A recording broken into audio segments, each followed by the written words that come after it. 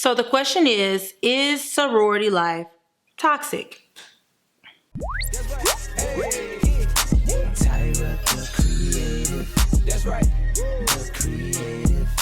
What is up, everybody? It's your girl Tyra, and welcome back to my YouTube channel. If you are new here, welcome. I am so glad to have you. Here on this channel, I create resources for Black creatives who want to escape fear and share their creativity with the world without compromising their faith in God, their integrity, their uniqueness, and without breaking the bank. When I first started this channel, I sprinkled in a little bit of Greek life into my channel, which I am starting to actually phase out, but I had to answer this question because you guys have asked me so many questions under this umbrella, and I just wanted to give you my honest opinion. So with Founders Day coming up on January 13th, and we are at the beginning of the spring 2022 semester, and a lot of you guys will start seeing rush flyers, interest meeting flyers for different organizations that you may want to join. I thought this would be a great time to answer this question. So, are sororities toxic? Let's jump in.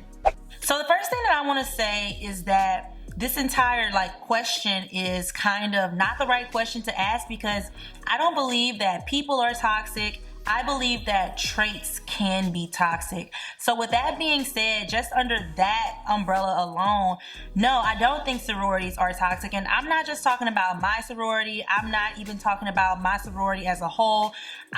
Disclaimer, these are my opinions. They are not the opinions of my sorority. I have to say that kind of stuff in these type of videos these days. These are my personal opinions and mine only. Yes, I may be wearing my letters, but they my letters to wear, and I can do that in a video. So I'm just going to be talking about sororities and fraternities as a whole with my response to this question.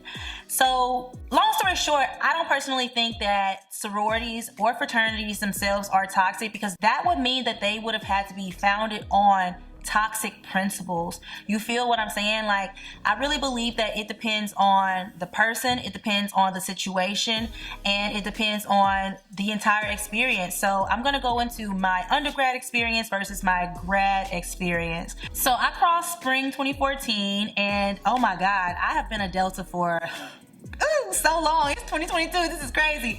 But anyways, undergrad, we were a reactivation line, so we didn't really have many deltas on our yard. I went to a PWI, which is a predominantly white institution, and we didn't have many D9 Greeks as a whole. Greek life was pretty huge on my campus, but there was CPC, IFC Greeks, all of those types of organizations.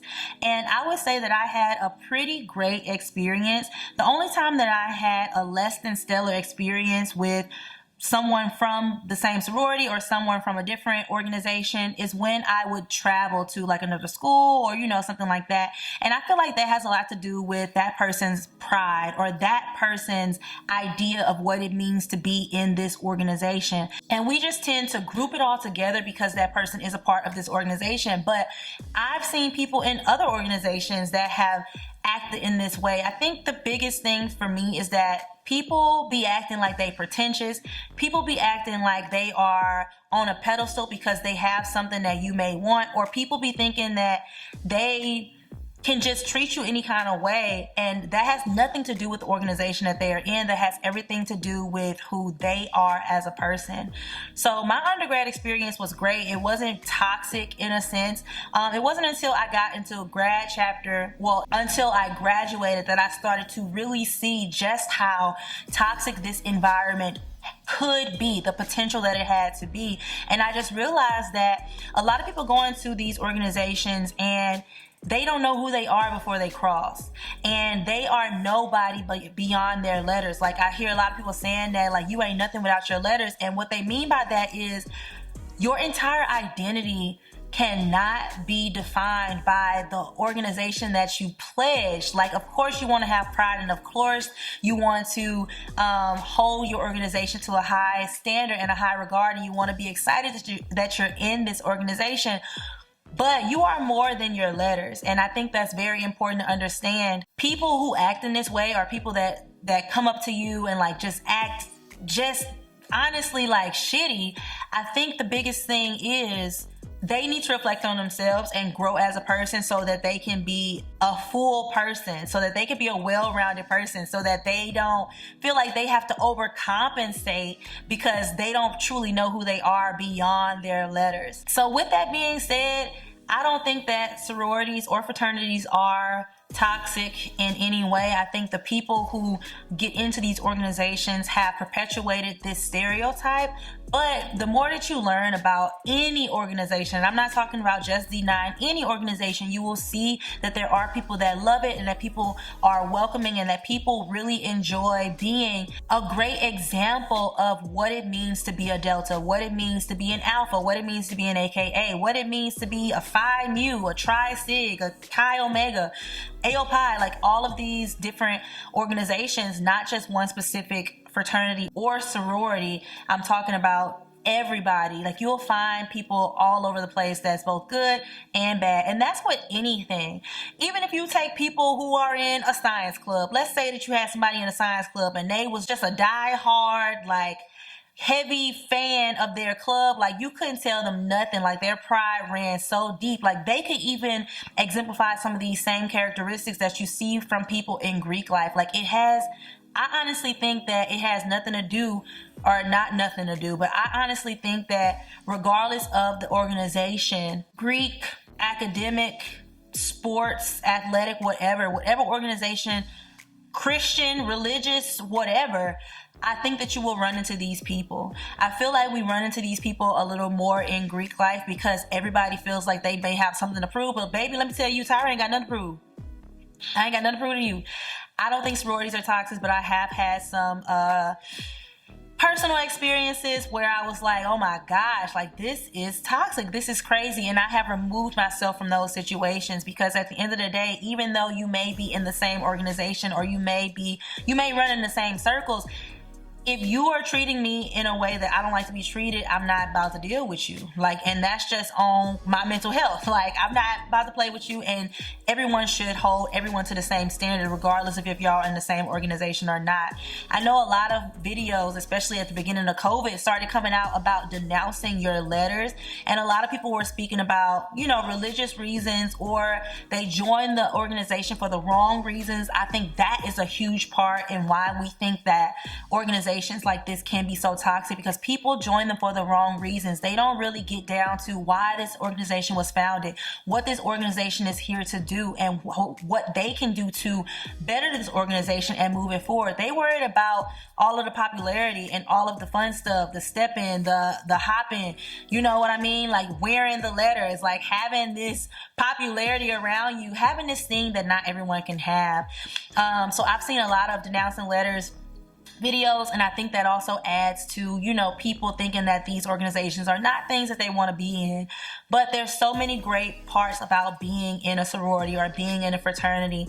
One thing for me is, especially now, is networking. Like, I live out in Los Angeles and I find so many sorors. The creator of the show that I'm currently cast in is a soror, and that just, it gave us something in common. It gave us something to bind on. And I know that at the end of the day, like, she will, if I needed something, I would be able to go to her. I would feel comfortable enough to go to her as a soror to soror, and say, hey, soror, like, this is what I'm going through. If there's anything you can do, like any advice you can give me, whatever the case may be, I know that that person is there for me. But yeah, I just think that, you know, as a whole, like, no.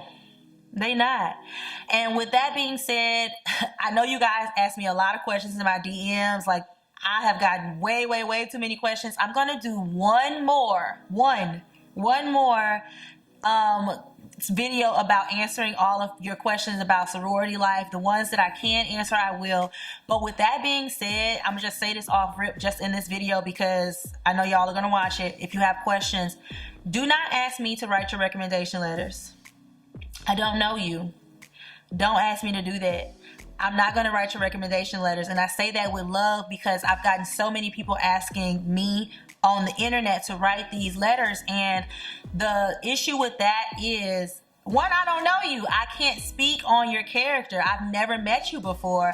And two, this is a time for you to meet someone in the sorority. If you don't know anyone, go out and have coffee with a soror that's like your friend's mom, or, you know, your mom's coworker or something like that. Go out and have coffee with them, get to know them, ask them questions about the organization so you can truly learn about this organization and make an informed decision and make sure that this is something that you want to be a part of. So you're not on that side of the line where people are treating other people less than stellar and they are perpetuating these negative stereotypes that have plagued all of our organizations and that people are talking about and saying, like, I don't want to be a part of this organization and all that stuff. But yeah, y'all, I don't think sororities are toxic. If you have any questions about anything that I said in this video, please let me know down below in the comments.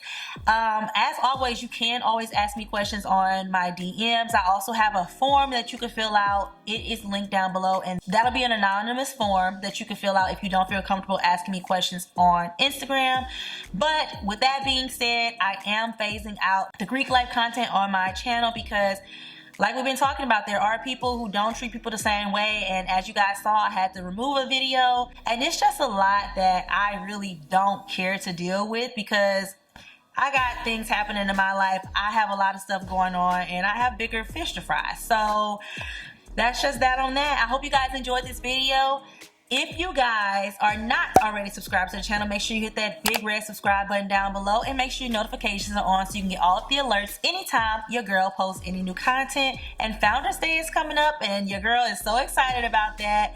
So I'll see you guys in the next one. Bye.